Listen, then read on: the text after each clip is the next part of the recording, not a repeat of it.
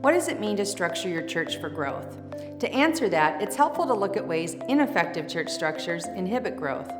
For example, we once worked with a mid-sized church that had more than 50 people on its board and more than a dozen different committees. And their structure for decision-making was so complex that they had a committee for finding people to serve on committees. And that complexity made it nearly impossible for them to change strategies or implement new ideas to reach new people. In this video, we'll explore some of the ways a church's structure can lead to decline or lead to growth. But before we get to that, take a minute to hit the subscribe button on the screen. Here at the Unstuck Group, our goal is to help pastors like you grow healthy churches by guiding you to align vision, strategy, team, and action. With every tool and process we develop, our priority is to help churches help people meet and follow Jesus. We're here to help you get your church unstuck, so make sure you subscribe and you don't miss a video.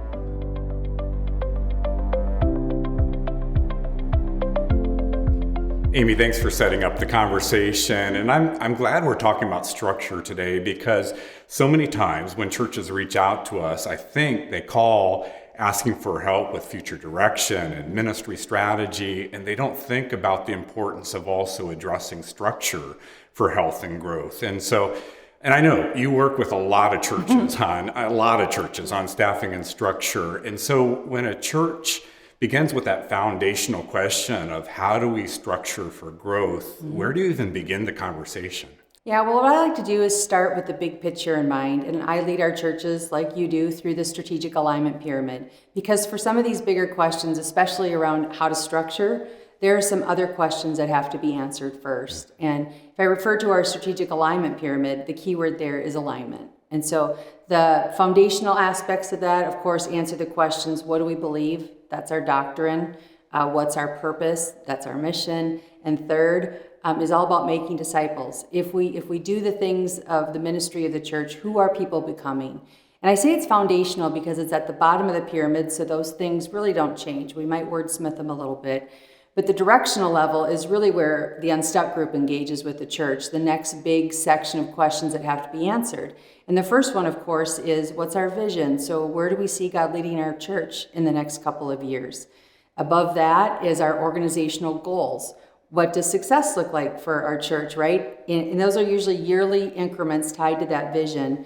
And above that is then strategy. That's the question of saying, how will we get there? And of course, that's really intentional too. We have to know where we're going, what success looks like, and then determine what are the key ways we're going to do that. That's directional. And then on top of that, we just call it the action level. Those organizational goals. How do ministries contribute and how do I contribute? So I say all that because when I go to talk to churches about their structure, I have to remind them that structure is a strategy. It's at the top of the pyramid. I mean, not the top, but it's near the top, which tells me those things should change once in a while. We shouldn't pick a structure and just ride that out for 2 decades or just slowly add on to it. But we need to be thoughtful about what is the best structure that's going to help us accomplish the goals and the vision that God's leading us to. So that's a big one.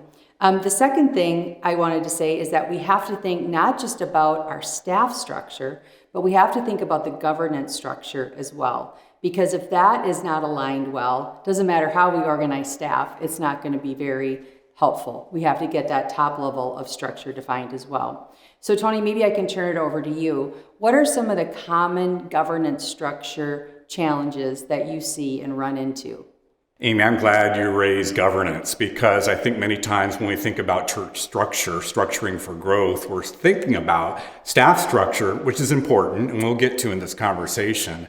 But that foundation of governance and just kind of board structure and the relationship with staff, we're seeing is just so critical to the health of churches. And there are actually some common themes we see that differentiate the churches that are healthy, thriving, and growing, and then the churches that are in decline. So just as an example, let's just look at the data itself. When we've collected data from growing healthy churches and compared it to the churches that are in decline, those churches in decline usually have bigger boards and they have twice as many committees as the churches that are healthy and growing. And so just, again, it's the structure that's preventing the church from experiencing health.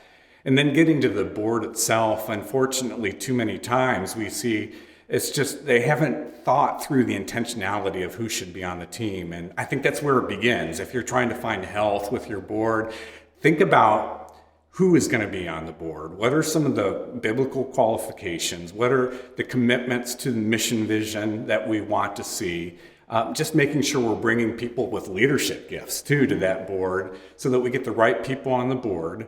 And then you really have to clarify up front, especially because for many people I have found serving on church boards, this is like their first leadership responsibility, if you will.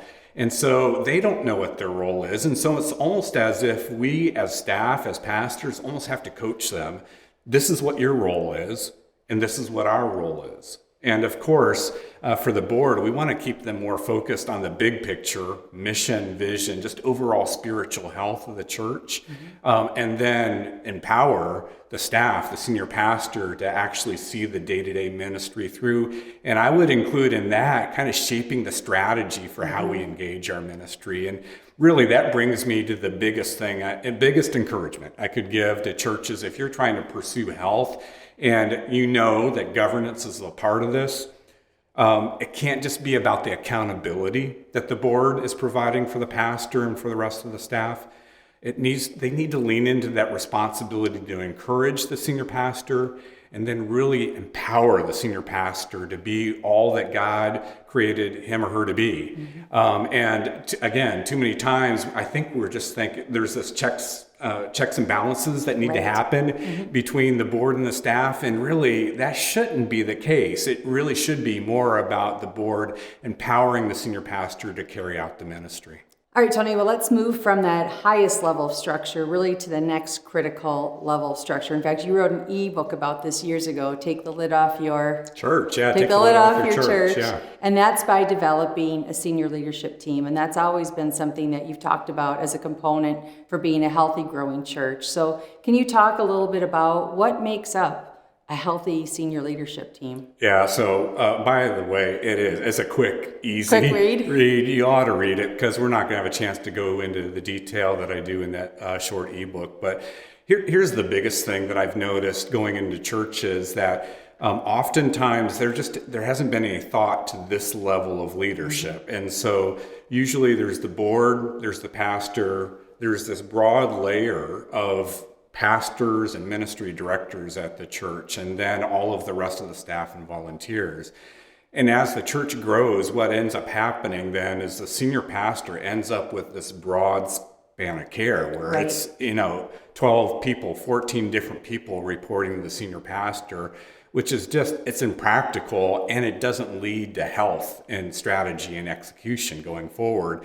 And so what we're introducing for many churches is this concept of we're kind of separating out these levels of leadership and helping this senior leadership team kind of step up in responsibility, so that rather than leading just individual ministries within the church, we're asking this team to step up in their leadership to get a broader perspective of the overall health and therefore the overall strategies that we're engaging as churches. And so usually this is a tighter group. I mean, I think ideal number, we're probably in that 4 to 6 number. Any more than 8 is probably too many. And the reason why is it just gets tough for a larger team for everybody to contribute, to share their thoughts. And then ultimately it gets harder to make consensus about direction and strategy and so on. And so if you're trying to get a tighter group of leaders, again, this is not reflecting all the leaders in the church. It's not all the pastors and ministry directors, but we're trying to get kind of this core of leadership that's going to drive especially strategy going forward. And so here are some of the criteria that I would suggest that you look for on the differentiators between kind of the ministry leaders over specific ministries, and then those that you might want to encourage to step up into the senior leadership team. The first, and probably obvious, is do they actually have the leadership gift? And here it's looking for those leaders of hundreds and leaders of thousands, to put it in the Exodus 18 terms, rather than those leaders of 10s and 50s. So they don't have to literally be leading hundreds and thousands, but it kind of speaks to the capacity of leadership that you're looking for these senior leadership roles. They also have to be big picture strategic thinkers. And a good example of this is there are a lot of leaders in our ministries that are very passionate about their specific ministry area. And we need a lot of those leaders. We need people that bring that passion for students, for groups, for getting people to volunteer, whatever that looks like. We need that. But for this level of leadership, we need people that can kind of take their ministry specific hat off and begin to focus on the big picture of where the church is heading. Related to that, they have to be strategic thinkers. And you've probably noticed this, Amy. There's just some leaders that are good at give me a plan, and I'm going to go work the plan. I'm going to build a team, and we're going to execute. And again, we need a lot of that leadership in our ministry. But there's this next level of leadership that has a picture of where we're going next, and they can actually design the strategies to move us forward. And it's that level of thinking, strategic thinking, that we need on the senior leadership team. This team, they're also modeling what it is to build teams and to raise up leaders. I mean, it's one of the, in fact, at this point, in the job description of a senior leadership team member, I think this needs to be almost like the top bullet in the job description. My responsibility is to raise up other leaders and make sure those leaders are building teams. And primarily, it's not going to be staff. Yep. Those are going to be teams of volunteers. These are folks that they are 100% committed to the mission of the church, the vision, the kind of the direction for where the church is going, the values or the behaviors that shape our culture, and 100% committed to the ministry strategy. And the reason I add that, we're trying to get that full alignment around DNA is I've seen even on senior leadership teams at churches where everybody's seated around the table, they're fully aligned when it comes to mission, vision, values. But then you start talking about strategy. And that's where the gap starts to grow, kind of different opinions about strategically, how do we engage our mission? And as a result of that, that's where division starts to take place on this team. And then finally, I would just add, this team needs to reflect the diversity of the people you're trying to reach in your community and the diversity of the team that you're trying to build throughout your church. And again, not just staff, but also lay leadership and volunteer teams that you're trying to build. And obviously, one thing I'm talking about is ethnic diversity. But also, I mean, people just come with a diversity of gifts that we want reflected on this team. People come with a diversity of experiences that we want reflected on this team. And if I might, for a moment, just push, we need a diversity of genders too. We need both men and women serving on this team because God has gifted us in unique ways. We come with different perspectives from life. And because of that, we approach leadership differently. And we need that diversity reflected on this team. Yeah, some of the common mistakes I see as I do staffing and structures, a couple times a month around the country. One, that diversity piece is missing. In any of the areas. So it's something we have to be intentional about. And we often use the leading from your strengths inventory to look at kind of that disc-based strengths. And it's so common to see the leadership team really weighted on the people relational side and underrepresented on that task, mission, get her done side. So I just encourage leadership teams all the time, assess how are we scoring in these various diversity areas, because a more diverse team makes the team so much stronger. And the other little mistake I see on senior leadership teams is we haven't been strategic about who's been on them. And in fact, I think some of the reasons we grow to 12 direct reports is because we're just kind of adding people on as we add on ministry and not thinking through. And then we don't want to hurt people's feelings because they've been around a long time. And so those things are hard, but it's an important thing to do because we don't get that traction until we get the right leaders, with those gifts, making decisions for our church. So thanks so much for tuning in to today's video. Of all the areas of ministry that can be difficult to sort out on your own, your staffing and structure is probably the hardest. When it comes to the people you work alongside daily, no one is unbiased, and that's why an outside perspective is extremely beneficial in the restructuring process.